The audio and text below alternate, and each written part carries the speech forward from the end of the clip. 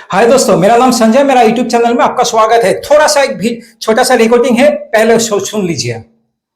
एक बात बोलूं, बुरा मत मानना। बिल्कुल। एसबीआई कार्ड ना आज की डेट में हाँ जी। लाखों करोड़ों की कंपनी है। अच्छा। ठीक है, और तुम्हारी शक्ल देख के लग रहा है मेरे को जैसा तुम्हारा कार्ड है, तुम 1.5 लाख के भी आदमी नहीं हो। तुम्हारे जैसे तो कितने ना खरीद के बेच देगी। अच्छा, आप धमकी समझ दे गए रहे ना? हैं? हाँ, धमकी दे रहा हूँ। अच्छा,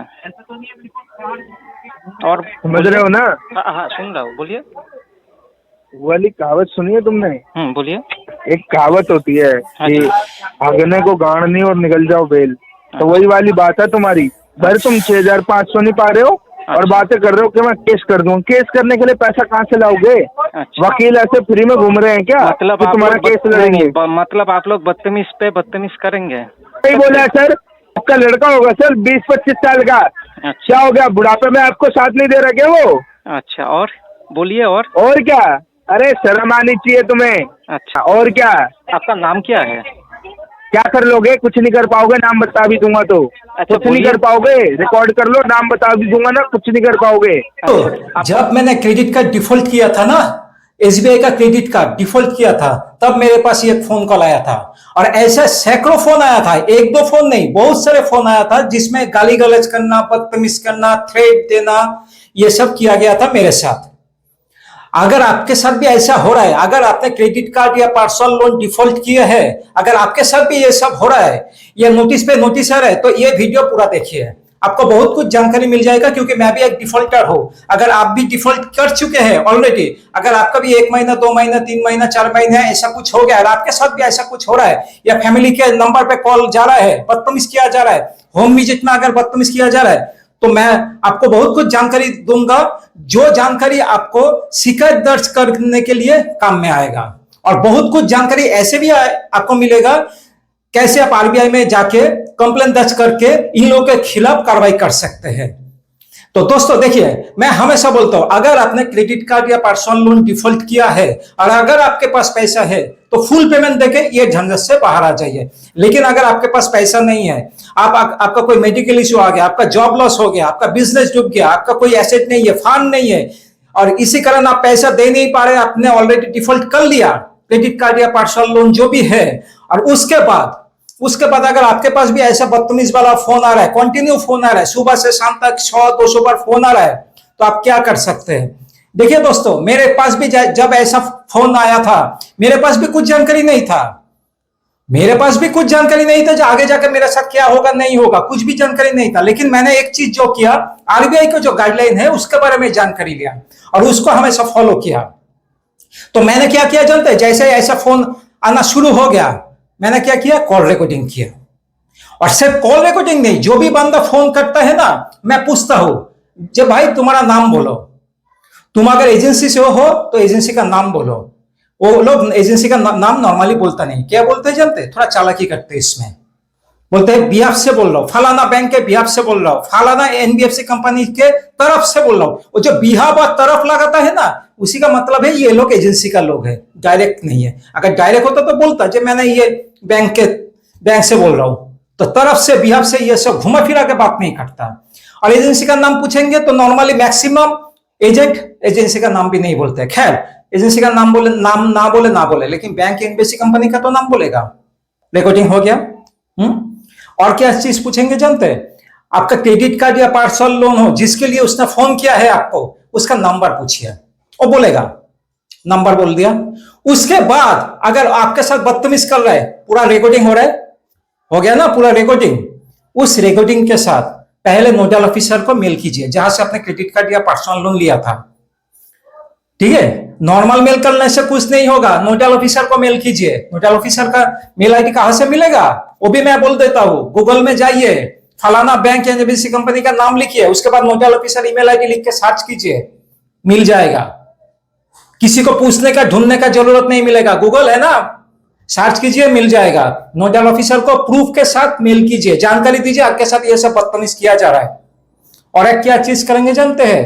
ट्विटर में जाइए, एक्स हैंडल नाम हो गया, अभी तो एक्स हो गया ना, तो उसमें प्ले स्टोर में से डाउनलोड कीजिए, उसमें लॉग इन कीजिए और उसके बाद उधर पोस्ट कीजिए। और पोस्ट करने के टाइम याद रखिएगा, जिस बैंक या एनबीसी कंपनी के बिहाफ से तरफ से वो एजेंट फोन किया था ना, उनको टैग कीजिएगा, आरबीआई को टैग कीजिएगा, निर्मला सीतारमण को टैग कीजिएगा, प्राइम मिनिस्टर को टैग कीजिएगा जरूरत पड़े तो। लेकिन आरबीआई और उस बैंक को जरूर टैग कीजिएगा जिस बैंक की तरफ से आपके पास फोन आया था। हो गया, पोस्ट कर दिया। उसका देखिएगा 1-2 दिन के अंदर आपके पास कॉल बैक आएगा, वो लोग एक कंप्लेन लेगा, आपका पूरा बात सुनेगा, उसके बाद एक कंप्लेन लेगा। और कंप्लेन लेने के बाद मैक्सिमम जो मेरे साथ हुआ है, मैक्सिमम टाइम देखा गया जो लोग पल्ला झाड़ देते हैं, बोलते हैं नहीं ये तो हमारा एजेंट नहीं है, हमने सब कुछ चेक किया वगैरह वगैरह, ये सब हमारा कॉल नहीं है, हमारा एजेंट नहीं है, हमारा फोन नंबर नहीं है, सर आप पैसा दे दीजिए। और घुमा फिरा के क्या करेंगे, जब तो पैसे के बारे में बात करेगा। लेकिन आपने जो कंप्लेन किया भाई, तुम्हारा बैंक का एनबीसी कंपनी का नाम लेके कोई अगर थ्रेट दे रहा है, बदतमीज कर रहा है, तो तुम लोगों का भी तो ऊपर जिम्मेदारी होता है। लेकिन वो लोग क्या बोलते हैं, बोलते हैं हमारा बंदा नहीं है, हमारा एजेंट नहीं है, हम आरबीआई का गाइडलाइन फॉलो करते हैं वगैरह वगैरह, बहुत कुछ बोलेगा आपको, बहुत कुछ बोलेगा और टाल देगा। मैक्सिमम टाइम मुझे टाल दिया। अगर वो लोग कार्रवाई करते हैं ना तो मुझे आरबीआई तक जाना नहीं पड़ता, लेकिन मैक्सिमम टाइम देखा जाता है टाल देता है। तो मैंने क्या किया जानते हैं, वो लोग मेल करके एक आपको रिप्लाई देगा। मेरे साथ भी ऐसा हुआ, मेल करके एक रिप्लाई दे दिया जे हमने तो चेक किया वगैरह वगैरह, तो ये हमारा एजेंट नहीं है, ये हमारा फोन नंबर नहीं है। उसका एक स्क्रीनशॉट ले लिया, उसका एक स्क्रीनशॉट ले लिया, प्रूफ आ गया। जब मैंने बैंक या एनबीसी कंपनी को कंप्लेन किया था, लेकिन उन लोगों ने कोई कार्रवाई नहीं किया, प्रूफ आ गया ना। उसके बाद क्या करेंगे जानते हैं, आरबीआई के वेबसाइट में जाइए, आरबीआई के वेबसाइट में जाके पूरा कंप्लेन दर्ज कीजिए, और उधर जो भी आपके पास प्रूफ है ना, जो आपने बैंक को जानकारी दिया था, वो लोग ने जो रिप्लाई दिया था, या आपके पास जो रिकॉर्डिंग वगैरह था, फोन वगैरह का जो भी स्क्रीनशॉट है, कॉल रिकॉर्ड है, सब कुछ प्रूफ के साथ, अपना नाम, पता, अपना जीमेल आईडी, फोन नंबर, आपका जो loan account number, credit card number जो भी है, सब डिटेल्स के साथ आरबीआई में कंप्लेन दर्ज कीजिए। अगर उसमें आपको असुविधा हो रहा है तो आरबीआई का मेल आईडी भी है, उसमें भी जाके आप कंप्लेन दर्ज कर सकते हैं प्रूफ के साथ। याद रखिएगा, प्रूफ के साथ। और ऐसा मत समझिएगा मैं डायरेक्ट आरबीआई को जाके कंप्लेन दर्ज करता हूं, ऐसा नहीं। पहले आपको बैंक या एनबीसी कंपनी को कंप्लेन करना पड़ेगा, वो लोग क्या रिप्लाई देता है, उसके बाद जाके आप आरबीआई में जाकर कंप्लेन दर्ज कर सकते हैं। डायरेक्ट मत जाइए, नहीं तो कुछ काम नहीं होगा। पहले आपको एनबीएफसी कंपनी या बैंक को कंप्लेन करना पड़ेगा, वो लोग क्या रिप्लाई दिया, कुछ कार्रवाई किया तो अच्छी बात है, अगर नहीं भी किया तो उसका भी प्रूफ आपको रखना पड़ेगा। सब प्रूफ के साथ जाके आरबीआई को एक मेल कर दीजिए। मैंने भी ऐसा किया था। उसके बाद क्या हुआ जानते हैं, हाँ, एसबीआई के ऊपर फाइन लगा दिया, हाँ, और मुझे एसबीआई ने मुझे हर जाना भी दिया। मैं ऐसा बात नहीं बोल रहा हूँ सर जी, आपको लग रहा है मैं सब झूठा मूठा बात बोल रहा हूँ, ऐसा नहीं है। स्क्रीनशॉट दे दूंगा, प्रूफ इधर देता रहूंगा, मेरे पास जो भी प्रूफ है मैं देता रहूंगा, ऐसा नहीं है मैं झूठ बोल रहा हूँ, आपको प्रूफ के साथ बोल रहा हूँ, हैं। उसके बाद एसबीआई ने क्या किया जानते हैं, मेरे ऊपर आर्बिट्रेशन प्रोसेस किया। आपने नाम सुना है ना, यूट्यूब में बहुत सारे, देखिएगा, जैसे क्रेडिट कार्ड या पर्सनल लोन डिफॉल्ट करते हैं, आर्बिट्रेशन का नोटिस आ जाता है, तो मेरे ऊपर भी किया गया था। मैंने उसका ऑब्जेक्शन लेटर दिया, और ऑब्जेक्शन लेटर कैसे दिया जानते हैं, बाय पोस्ट दिया, बाय मेल के थ्रू नोडल ऑफिसर को भी दिया। लेकिन क्या होता है जानते हैं, मेल के थ्रू देने से अगर बाद में जाके वो लोग मुकर जाएगा, बोलेगा जो हम लोगों को मेल नहीं मिला, आपका ऑब्जेक्शन लेटर नहीं मिला, तो अब आप क्या करेंगे। आपके पास भी तो प्रूफ होना जरूरी है, आपने भेजा था, क्या प्रूफ है, मेल भेज दिया बस, इससे कुछ नहीं होगा। बाय पोस्ट भेजिएगा, वो भी स्पीड पोस्ट से। क्यों, स्पीड पोस्ट से भेजने से आपके पास एक पर्चा मिलता है ना, हाँ, एक नंबर देखिएगा है, जाके सर्च कीजिएगा, आपका पूरा डिटेल्स आ जाएगा, जो आपने कब भेजा था वो लेटर, कब वो पहुंचा, कब वो डिलीवरी हुआ, सब डिटेल्स आ जाएगा। अगर जरूरत पड़े तो उसका भी एक स्क्रीनशॉट रख दीजिएगा। जो आपने ऑब्जेक्शन लेटर दिया था और वो ऑब्जेक्शन लेटर उधर डिलीवर भी हो गया, आपके पास प्रूफ रहना चाहिए। क्यों जानते हैं, क्योंकि मेरे साथ बहुत कुछ हुआ, इसलिए मैं बोलना चाहता हूं सब डिटेल्स से। उसके बाद मेरे साथ क्या हुआ जानते हैं, जैसे ही 2-4 महीना गया, वो लोग, मैंने ऑब्जेक्शन लेटर दिया, उसके बाद भी डीएसए लीगल, नाम सुना है ना, शायद आपके पास भी नोटिस फटिस आता है, डीएसए लीगल, बहुत जगह ब्रांच है, तो एसबीआई के बिहाफ से वो लोग क्या किया, मेरा जो आर्बिट्रेशन प्रोसेस है शुरू कर दिया। सोचिए, डीएसए लीगल बहुत जगह ब्रांच है, नाम लेके बोल रहा हूं और उसका प्रूफ भी मैं दे दूंगा।